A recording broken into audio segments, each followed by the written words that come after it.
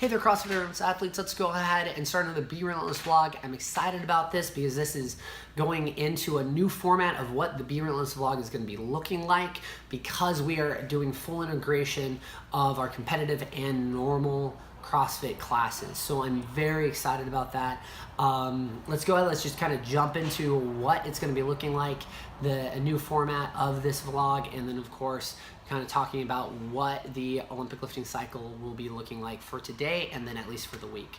So the new vlog, how it's going to work is we're going to just do a quick little update on gym events of the week, so you can be looking forward, or really bigger ones of the month, and then we're going to be going into essentially in chronological order, in linear fashion, of what the programming will be, right? And we're going to be flowing from essentially all the way through what the normal class would be doing into the competitive class. Now, we've organized the programming in such a way to where the first half of, think of like if you come to a normal CrossFit class, that is essentially the first half of our competitive programming. And the essentially the rest of the competitive programming is either completed on the second hour during our comp class from 11 to noon, or to be completed in open gym hours, right? Which is essentially any time where a class time is not occurring. So that's essentially the format of what it is, and what we'll be doing is explaining, just going linearly through that. So that means our normal CrossFit class will be explained first. So after that portion is done, I'll just say, okay, cool. The rest of it just for competitive athletes or people that want more work. That's where if you're just a individual that knows that all that is pertinent to them is the 1 hour class, then you could go ahead, turn off the video. Then anybody that knows that you're going to be doing more, then this is where you go ahead and stay tuned and look for intentions and just essentially anything specific that I want to communicate to you about the day's programming. So that's what you should be looking for, what the Be Relentless vlog is going to be formatted with. Now with this, let's go ahead. This week is going to be test week for the Olympic lifting cycle. To give you guys a heads up, what you should expect, essentially a test every day this week, except for Thursday. And then really what we're looking at is you're going to be having, let's just go through it. You're going to be having a contextual snatch today in the snatch and clean and jerk, and we'll talk about what that means. Then we're going to be doing 16.2 open workout on Tuesday. Then you're going to be doing a team 10K assault bike test on Wednesday. For the competitive athletes, Thursday is a rest day. And then on Friday is going to be 13.1. Guys, boom, there's your test. For the competitive athletes, Saturday is where you're going to go ahead and also be finding your 1 rep maxes for traditional lifts. Cool, guys. We're good to go, right? Now for our regular athletes, right, we are not going to be finding traditional 1 rep maxes this week. What we're going to be using is that contextual test, and then we're going to be going from there. So let's jump in today's programming for Monday. We're going to go ahead and start with the Thacker warm-up. The Thacker warm-up is something that you're going to be getting used to once a week. This is something that by the end of this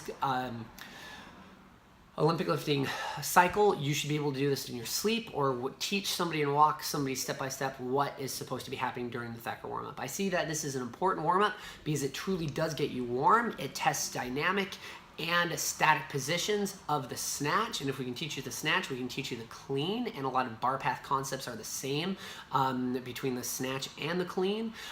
It also goes ahead and just it really makes you conscious of a lot of basic faults that a ton of athletes have. Do you have a vertical torso on your first pull? Do you go ahead and are you organized?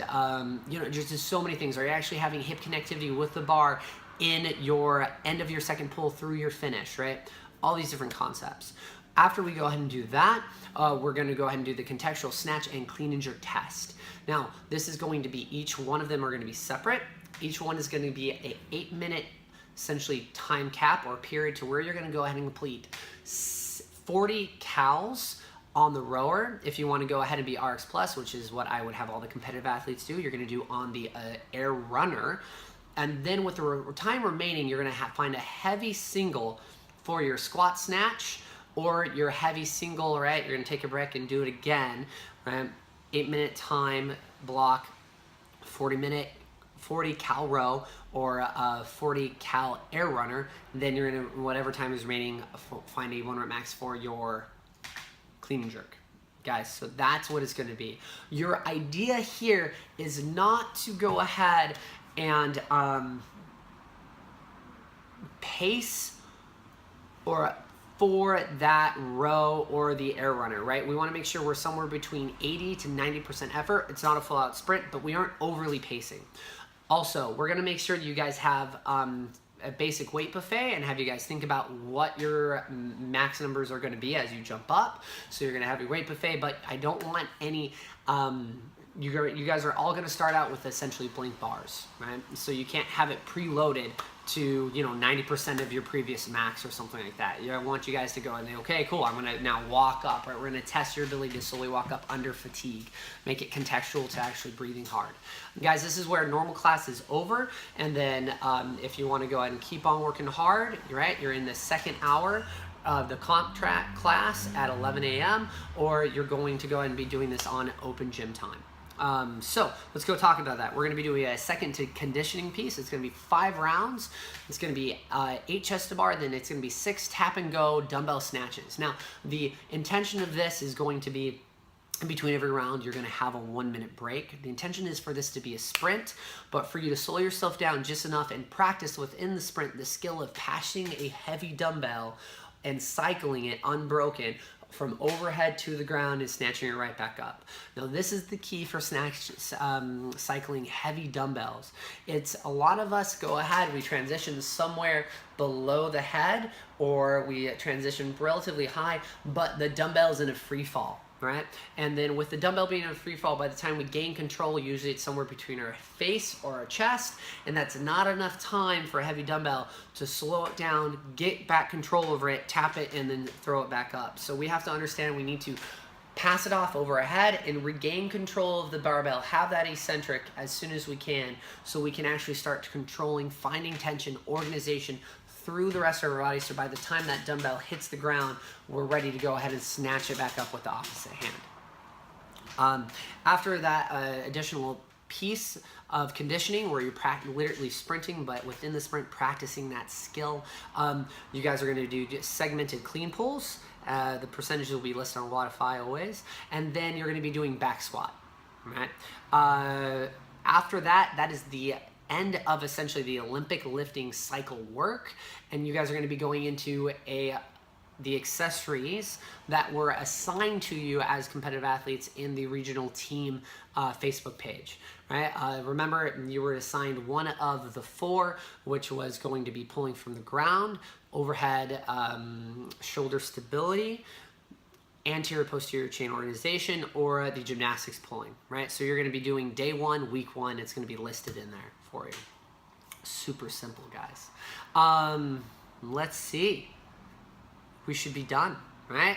As I prefaced in all the other videos, guys, remember, if you're a competitive athlete, this is a cycle that you're going to really be needing to be really mindful of how your recovery is, right?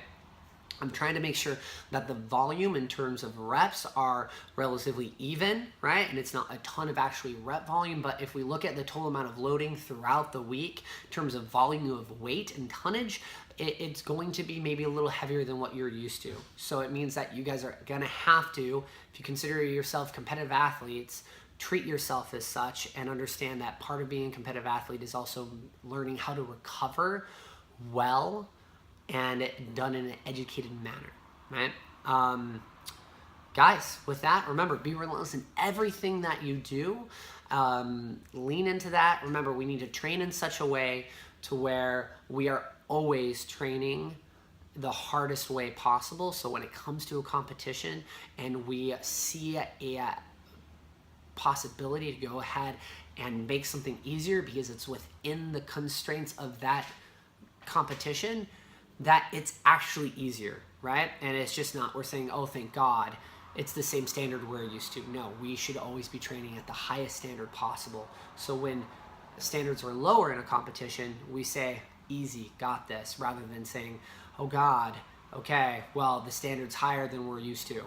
Well, here we go, let's see how it goes, right? Guys, that's the whole idea about relentless virtuosity. while we train. Guys, we'll see you on the flip side.